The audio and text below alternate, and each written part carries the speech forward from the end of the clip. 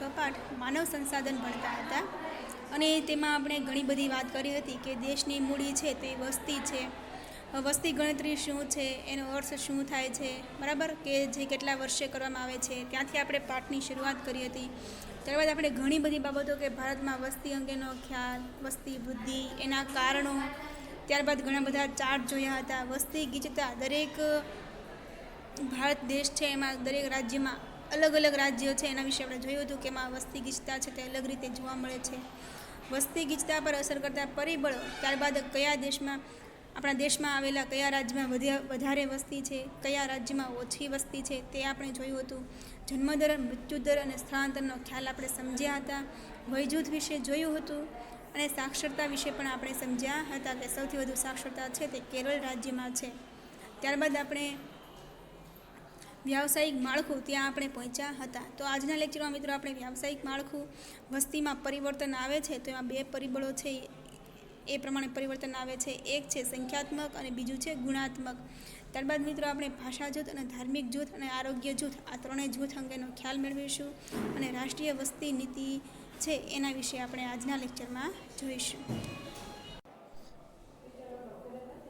વ્યાવસાયિક માળખું દેશની કેટલીક વસ્તીમાંથી વિવિધ વ્યવસાયમાં રોકાયેલા લોકોને વ્યવસાય જૂથમાં સમાવી શકાય. તેમાં 1. કામ કરનાર જૂથ, 2. કામ નહીં કરનાર જૂથ. એમાં બે ભાગ પડે છે. દેશમાં ઝડપથી થતા ઔદ્યોગિકરણથી કામ કરનાર જૂથ વધતું જાય છે. તો અહીંયા આપણે વ્યાવસાયિક માળખામાં જોયું કે વ્યવસાયને લઈને બે જૂથ પડે છે.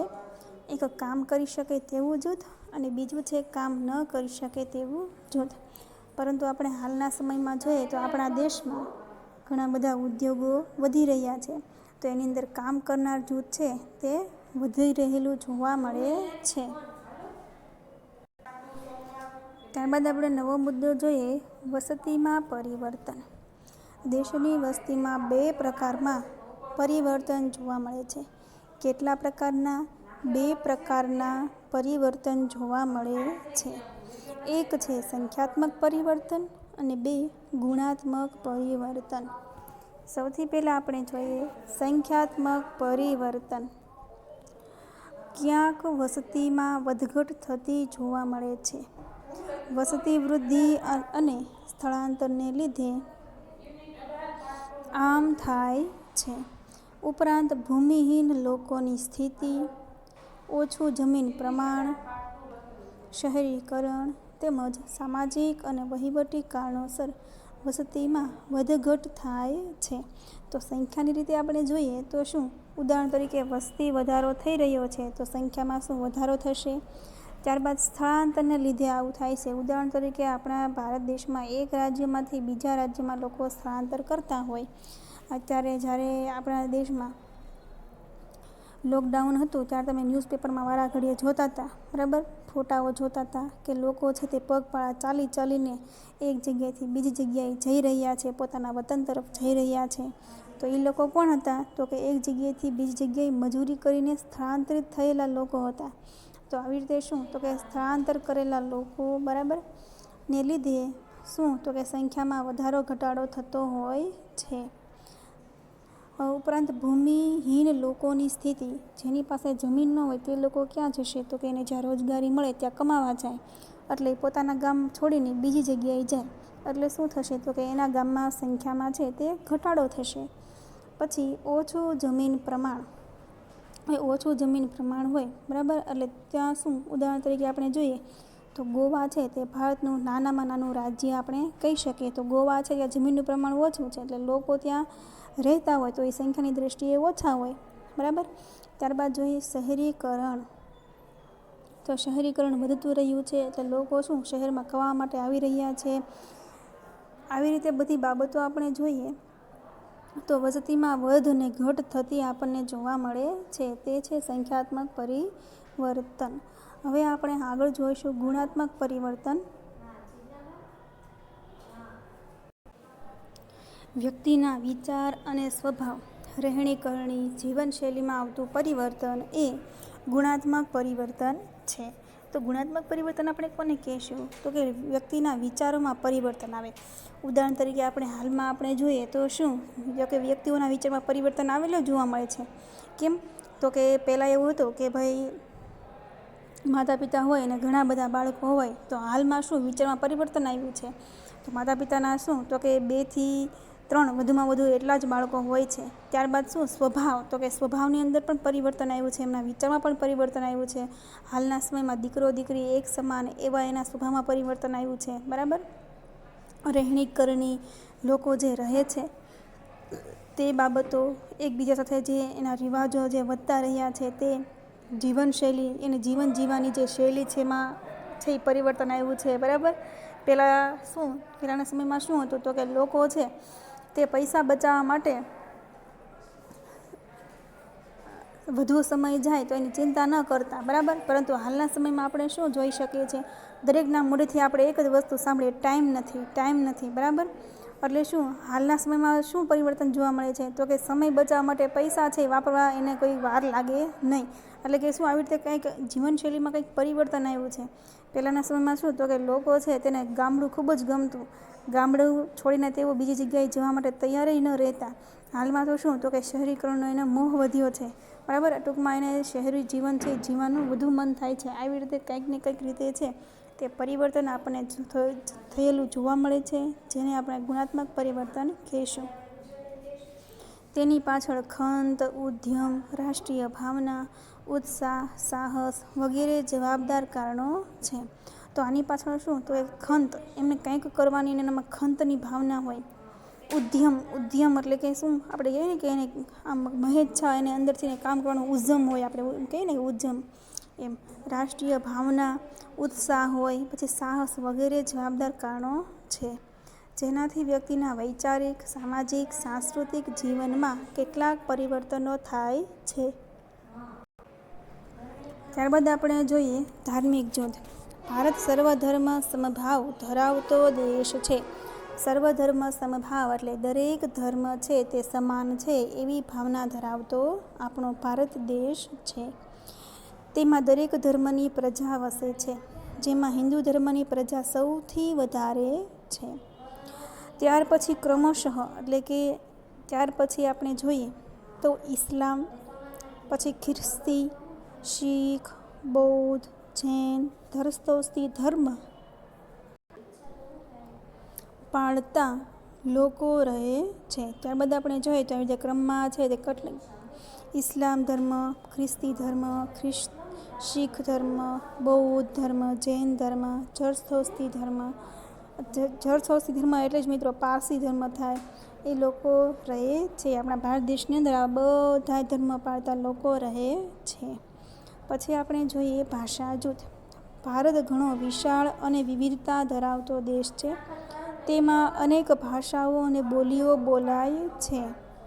તો ભાષાઓની વાત આપણે કરીએ તો બંધારણ મુજબ હાલ 22 માન્ય ભાષાઓ છે. આપણા ભારત દેશમાં હાલ કેટલી માન્ય ભાષાઓ છે? 22 માન્ય ભાષાઓ છે. હિન્દી અને અંગ્રેજીને વહીવટી ભાષાનો દરજ્જો આપવામાં આવેલ છે. એટલે કોઈ પણ વહીવટી કામ કરવું હોય, ઉદાહરણ તરીકે સંસદની અંદર જે કંઈ ચર્ચા વિચારણા થતી હોય તો તે કઈ ભાષામાં બોલાશે? કાં તો હિન્દીમાં બોલાશે, કાં તો અંગ્રેજીમાં બોલાશે. તો આવી રીતે હિન્દી અને અંગ્રેજી ભાષાને વહીવટી ભાષાનો દરજ્જો આપવામાં આવ્યો છે. પરંતુ મિત્રો 22 માન્ય જે ભાષાઓ છે એ ભાષાની અંદર અંગ્રેજી ભાષાનો સમાવેશ થતો નથી. હવે જોઈએ ભારતમાં ભાષાવાર રાજ્યોની રચના થયેલી છે. ઉદાહરણ તરીકે આપણે જોઈએ તો આપણું ગુજરાત છે તે કઈ ભાષા પરથી પડેલ છે? ગુજરાતી ભાષા પરથી. બરાબર. તો આવી રીતે જે છે તે આપણા ભારત દેશની અંદર ભાષાવાર રાજ્યોની રચના થયેલી આપણને જોવા મળે છે. મહારાષ્ટ્ર કઈ ભાષા પરથી? મરાઠી ભાષા પરથી. બરાબર. આવી રીતે છે તે આપણે ભાષા જોઈ શકીએ. ચલો મિત્રો, તમને એક પ્રવૃત્તિ છે એ બહુ સરસ સોંપી છે કે ભારતીય ચલણી નોટો પર છાપેલી માન્ય ભાષાઓ ગણી જુઓ.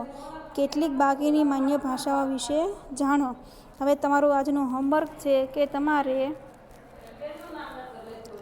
તમારે એક 10ની નોટ કે જે નોટ હોય તે લેવાની છે. એ નોટની અંદર કેટલી ભાષાઓ લખેલી છે એ તમારે છે તે ગણવાની રહેશે. ત્યારબાદ મિત્રો તમને એક નવું હોમવર્ક આપું છું કે આપણે પાઠ જે ચાલે છે બરાબર, તો તમારી પાસે સ્વાધ્યાય પોથી તો છે જ. તો સ્વાધ્યાય પોથીમાં તમને જેટલું લખતા આવડે, ઉદાહરણ તરીકે જેટલા વિકલ્પો તમને આવડતા હોય તે તમારે મેં ટીક કરી લેજો. ત્યારબાદ ખાલી જગ્યા તમને જેટલી આવડતી હોય તે તમારે ટીક કરી લેવાની છે બરાબર. અને મોટા પ્રશ્નો પણ તમને જે આવડતા હોય તે તમારે જાતે લખી લેવાના છે કે જેથી તમને વધારે યાદ રહે. ચાલો આપણે આગળ વધીએ. આરોગ્ય. માનવીનું આરોગ્ય એટલે શારીરિક, માનસિક, આર્થિક, સામાજિક અને આધ્યાત્મિક તત્વો સાથેની સમૃદ્ધિને આરોગ્ય કહી શકાય. આ વ્યાખ્યા છે મિત્રો કે માનવીનું આરોગ્ય એટલે શું, તો કે સર્વાંગી રીતે છે તેનો વિકાસ થયેલો હોય, સંપૂર્ણ હોય. તો એમાં કઈ કઈ બાબતો આવે? સૌથી પહેલાં જોઈએ શારીરિક, માનસિક, આર્થિક, સામાજિક અને આધ્યાત્મિક તત્વો સાથેની સમૃદ્ધિને આરોગ્ય કહી શકાય. શારીરિક રીતે મિત્રો તે તંદુરસ્ત હોવો જોઈએ, માનસિક રીતે તે શાંત મગજ, શાંત પ્રકૃતિવાળો હોવો જોઈએ બરાબર, ટેન્શન ન હોવું જોઈએ. ને આર્થિક રીતે તેને સદ્ધરતા હોવી જોઈએ, કંઈક ને કંઈક કમાતો હોવો જોઈએ. સામાજિક એના સંબંધો સારા હોવા જોઈએ. આધ્યાત્મિક તત્વો સાથેની સમૃદ્ધિ, આધ્યાત્મિક તત્વો સાથેની તેમને ઘણા આધ્યાત્મિક ખ્યાલો બરાબર, તો એને આવડવા જોઈએ. આપણે ભારતીય સંસ્કૃતિમાં તો મિત્રો ઘણા બધા એવા ખ્યાલો છે બરાબર, તો એનું એને જ્ઞાન હોવું જોઈએ કે ભાઈ મારે આ કર્મો કરવા જોઈએ, આવા કર્મ ન કરવા જોઈએ બરાબર, મારા દેશ માટે મારે સારું કાર્ય કરવું જોઈએ. એવા આધ્યાત્મિક જે એના તત્વો છે તે સાથેની સમૃદ્ધિને આરોગ્ય કહી શકાય. તો આવી રીતે છે બધી રીતે સંપૂર્ણ હોય એને આપણે શું કહીશું, તો કે માનવીનું આરોગ્ય આપણે કહીશું. ઉત્તમ કક્ષાનું આરોગ્ય રાષ્ટ્રના વિકાસની પ્રક્રિયાને ઝડપી બનાવે છે. હવે દરેક વ્યક્તિનું આરોગ્ય આવી રીતે સારું હશે તો શું થશે, તો કે રાષ્ટ્ર, આપણા ભારત દેશ એના વિકાસની પ્રક્રિયાને ઝડપી બનાવે છે. રાષ્ટ્રીય વસતી નીતિ. દેશની વસ્તી એ જ દેશની શક્તિ છે. કેમ કે મિત્રો દેશમાં જે વસ્તી રહેલી છે તે જેટલી તંદુરસ્ત હશે બરાબર, એટલો ઝડપથી છે દેશનો સારો એવો વિકાસ થશે. દેશની શક્તિ કોણ, તો કે દેશની અંદર આવેલા લોકો છે બરાબર. માનવ સંસાધન શિક્ષિત અને તાલીમબદ્ધ, તંદુરસ્ત અને શક્તિશાળી હશે તો જ દેશનો વિકાસ થશે. માનવ શક્તિનો ઉપયોગ દેશના વિકાસમાં પાયાનું કામ આપે છે. વિશ્વના હરણફાળ ભરતા દેશો સાથે ઊભા રહેવા અને ગતિશીલતા લાવવા માટે આપણે જાગૃત બનવું પડશે અને દેશની સમૃદ્ધિમાં માનવ શક્તિના મૂલ્યને પ્રાધાન્ય આપવું પડશે. દેશના વિકાસને અવરોધતા પરિબળોને નિયંત્રિત કરવા પડશે. અવરોધતા પરિબળો એટલે કેવા પરિબળો, તો કે આપણે જોઈએ તો સતત વસતી વધારો થઈ રહ્યો છે, ત્યારબાદ પ્રદૂષણ છે એ વધી રહ્યું છે, વૃક્ષો છે એ કપાતા રહ્યા છે, પછી બાળકો છે એનું આરોગ્ય કથળી રહ્યું છે. તો આવા બધા જે અવરોધતા પરિબળો છે એને આપણે ઘટાડવા પડશે બરાબર. તેથી વસ્તી વિસ્ફોટનું નિયંત્રણ કરવા, વસ્તી વિસ્ફોટ એટલે શું, તો કે વસ્તી જે વધારો થઈ રહ્યો છે તેનું નિયંત્રણ કરવા 1951થી નક્કી થયેલી વસતી નીતિને અસરકારક અમલમાં મૂકવી જ રહી. વસ્તી નીતિ છે તે ક્યારે આપણા ભારત દેશમાં અમલમાં મૂકવામાં આવી હતી, 1951ના રોજ. તો 1951માં જે વસ્તી નીતિનો ખ્યાલ આવ્યો હતો બરાબર, કે આપણા ભારત દેશમાં છે એવી રીતે વસ્તી છે તે આપણે એવી રીતે ઘટાડીશું, જેમ કે દરેક દંપતી છે તે ઓછામાં ઓછા 2 બાળક સુધી રાખે બરાબર. એવી રીતે હમ દો હમારે દો એ બધા સૂત્રો છે તે અપનાવે બરાબર. એવી રીતે છે તે વસ્તી નીતિ મૂકવામાં આવી હતી, તો એને આપણે અપનાવવી જોઈએ અને અમલ છે તે કરવો જોઈએ. પછી આપણે જોઈએ કે વસ્તી નીતિના ભાગરૂપેની યોજનાઓ જેવી કે પોષક આહાર યોજના, માતા શિશુ સંભાળ ને સારવાર. તો આ બધી પોષક આહાર યોજના, માતા શિશુ સંભાળ ને સારવાર, તો એમાં જે બાળકનો જન્મ થાય છે પછી શું, તો કે 1000 દિવસ સુધી બાળક અને એની માતાને છે નિદાન કરવામાં આવે છે. એમને કોઈ રોગ ન થાય એની સારવાર ધ્યાન રાખવામાં આવે છે. તમે આંગણવાડી કાર્યકરો જે બહેનો છે તે આ બધી ધ્યાન રાખતા હોય છે. સ્વચ્છ પાણી, શાળા આરોગ્ય કાર્યક્રમ, ત્યારબાદ જોઈએ બાળ અધિકારોનું રક્ષણ જેવા અભિગમને વેગવાન બનાવવા પડશે. અને પંચવર્ષીય યોજનાઓમાં પણ વસ્તી નીતિને નજર સમક્ષ રાખીને બનાવવી પડશે. પંચવર્ષીય યોજનાઓ એટલે જે 5 વર્ષ માટેની યોજનાઓ અમલમાં મુકાય છે, બરાબર. તો એમાં કોને ધ્યાન રાખવું પડશે વધારેમાં વધારે? તો કે વસ્તી નીતિને વધારે ધ્યાન રાખવું પડશે અને તેને ધ્યાન રાખીને આ બધી યોજનાઓ છે તે બનાવવી પડશે. આપણે તેમાં જાગૃત બની સહકાર આપી આપણું યોગદાન યોગ્ય રીતે પ્રદાન કરવા કટિબદ્ધ બનીએ. તો અહીં આપણે શું તો કે યોગદાન આપવા માટે આપણે કટિબદ્ધ બનીએ. તો તમને એમ થાય ભાઈ અમે કેવી રીતે યોગદાન આપી શકીએ? તો ભાઈ આપણે જ્યાં ત્યાં કચરો ન નાખવો જોઈએ, બરાબર. તો આપણે સ્વચ્છતા છે એનું પાલન કરવું જોઈએ. તો આપણે એટલું નાનું ટૂંકું કામ તો આપણે કરી જ શકીએ, બરાબર. આવી રીતે શું તો કે આપણે યોગદાન આપી શકીએ છીએ. હવે મિત્રો અહીં ઘણા બધા સ્લોગન આપ્યા છે જેને આપણે વાંચીએ. સ્વસ્થ ભારત સમૃદ્ધ ભારત. ત્યારબાદ મિત્રો છે શારીરિક માનસિક સમૃદ્ધ નાગરિક એ જ સમૃદ્ધ દેશ. ત્યારબાદ પછીનો સ્લોગન છે ઓછા બાળ જય ગોપાલ. પછીનો સ્લોગન છે હમ દો હમારે દો. પછીનો સ્લોગન છે નાનું કુટુંબ સુખી કુટુંબ. તો આવી રીતે મિત્રો સ્લોગન છે તમે ઘણી વખત દિવાલો પર છે તે જોયા હશે, બરાબર.